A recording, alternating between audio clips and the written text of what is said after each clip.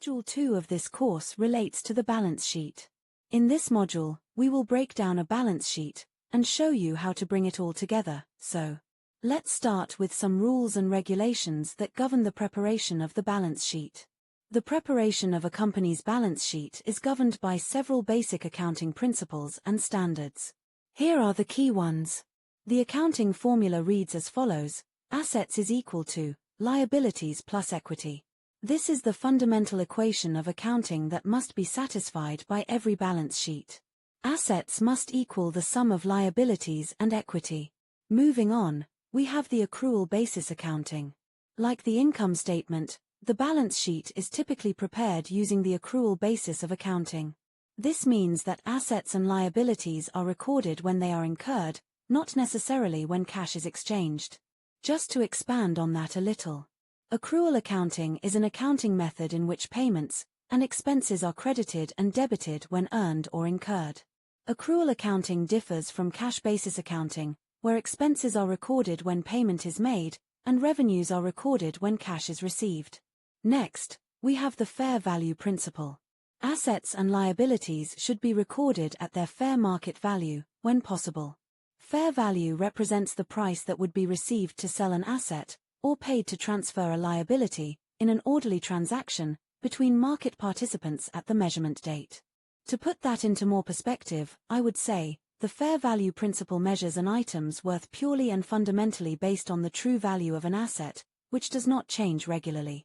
For instance, while the fair value of an item may be 500 rands, low supply means that the price of the item on the market could be reflected as higher. We now come to the historical cost principle. This is an important one.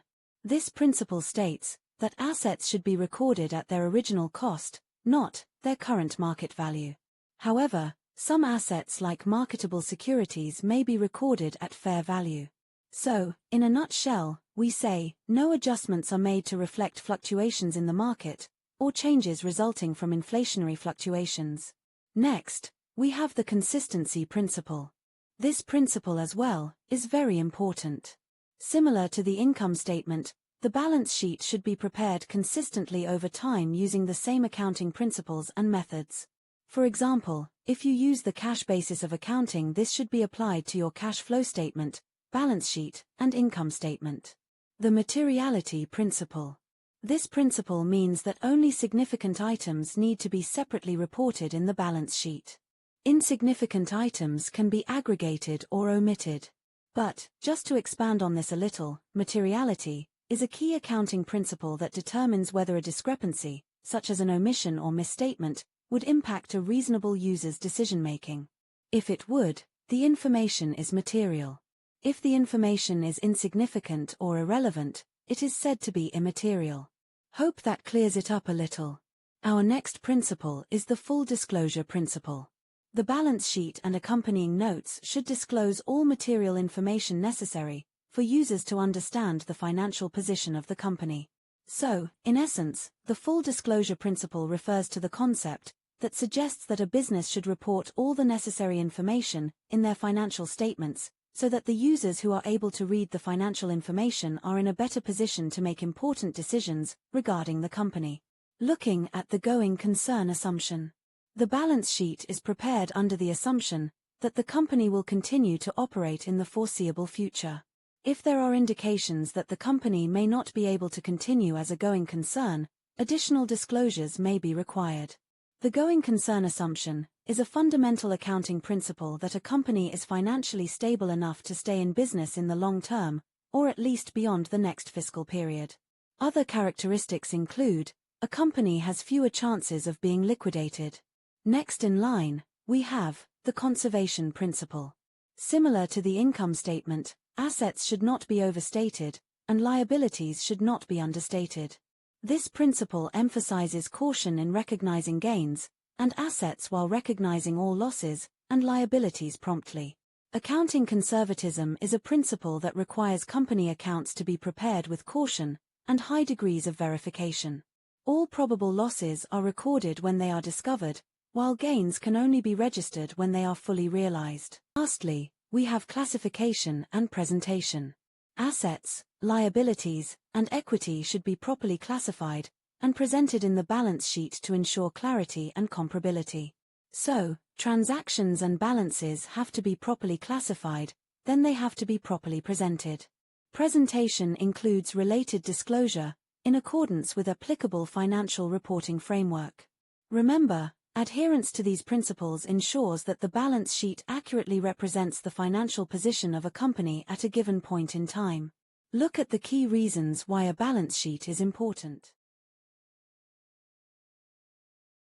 As stated earlier, the balance sheet is one of the three main financial statements. The other two are called the income statement and the cash flow statement.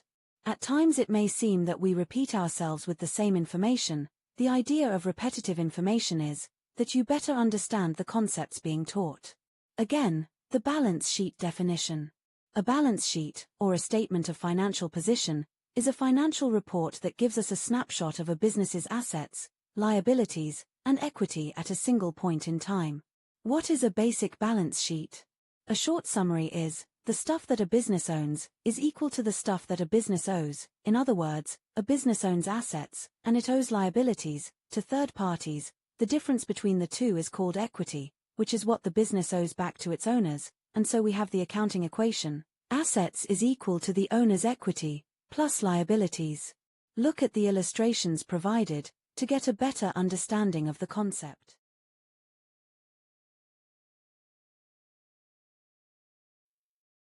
Look at the illustration provided. We expand our assets into current and non-current assets. Current assets are short-term assets, like receivables and prepaid expenses. Stuff that is used or consumed in a financial year. Non-current assets are long-term assets, like computers or building that is not used up in a financial year. There are two main types of non-current assets. The ones that you can touch, which is tangible, and the ones that you can't touch, intangible. Let's take software as an intangible asset. We do the same with liabilities.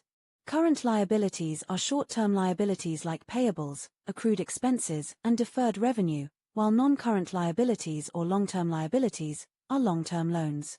Equity, on the other hand, is somewhat different. Here we have capital contributions, which is the money invested into the business by its owners. For a company with shareholders, we might call this common stock. And then we have the business's retained earnings, which are its accumulated profits held for future use. Let's learn how to make a basic balance sheet. First, you need another accounting report called a trial balance. This shows us the closing balances for every general ledger account at a point in time. Here's a trial balance for a company called Omatla Training Academy. It was run at the end of Omatla's financial year, being the 28th of February. It's an adjusted trial balance because all adjusting entries have already been posted. The illustration shows us Omatla's accounts and balances. The section is the balance sheet.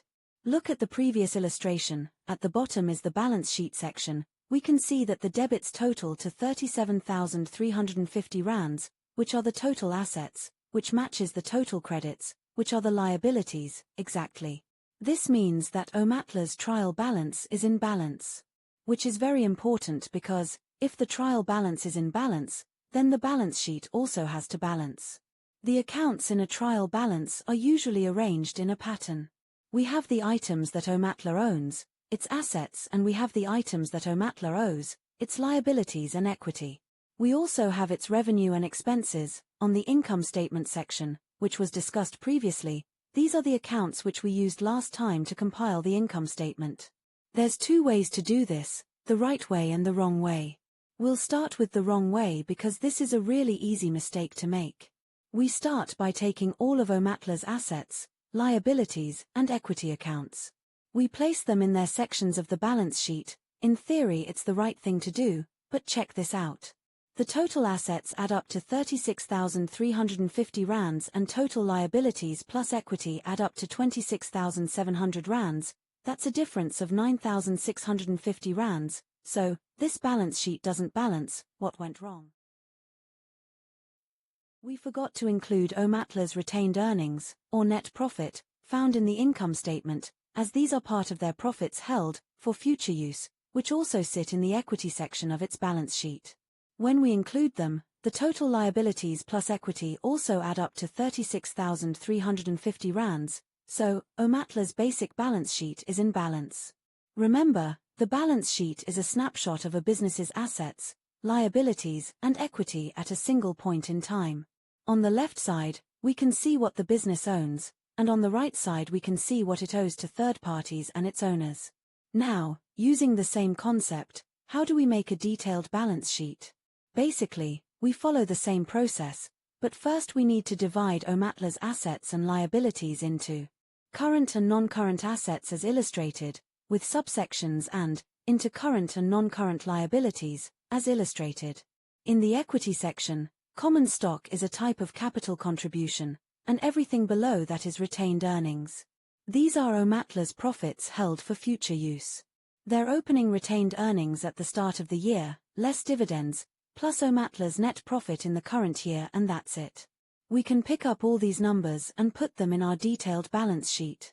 So, we've got current assets that equals 31,050 rands, non-current assets that equals 5,300 rands, current liabilities that equal 14,400 rands, and non-current liabilities that equal 1,200 rands.